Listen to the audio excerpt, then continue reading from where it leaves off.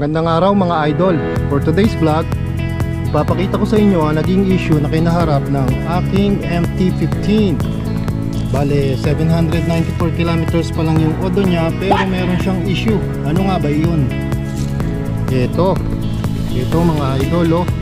Ito yung shock niya. Kaya ako binili itong motor na to kasi gusto ko yung shock niya at saka mga swing arm, maganda siya. Pero meron siyang issue. Ito, tumatagas yung left side na shock absorber niya.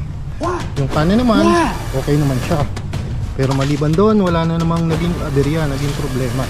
Yun lang yung problema ko. Kaya pupunta tayo ngayon sa Yamaha para patingnan at titingnan natin kung iwa-warranty nila o hindi ba. Kung anong mangyayari, babalitaan ko kayo. Tara, samahan nyo ako sa vlog natin ito.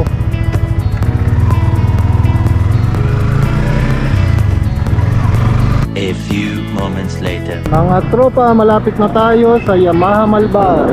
Titingnan natin kung papalitan nila ayusin nila ang shock ko, kung makakapasok ito sa warranty. Kasi wala pang isang buwan tong motor ko. Dito ko kinuha yung motor sa Yamaha Malbar, katabi ng U1. Yan, medyo maliit lang yung store nila pero madaming motor silang tinda.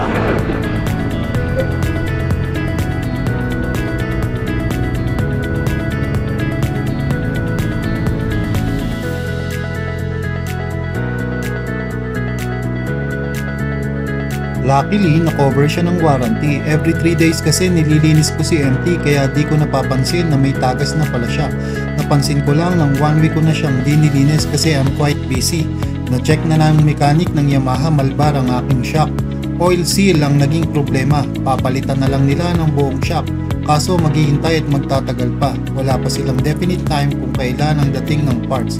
Ganyan mga idol ang itsura ng shock kapag galing sa malayong biyahe. 2 hours later. Ito ang itsura niya mga idol kapag galing sa malayong biyahe. Still waiting pa din ako sa pagdating ng shock absorber from Yamaha. Maraming salamat. I-update ko kayo mga idol pagdating ng parts.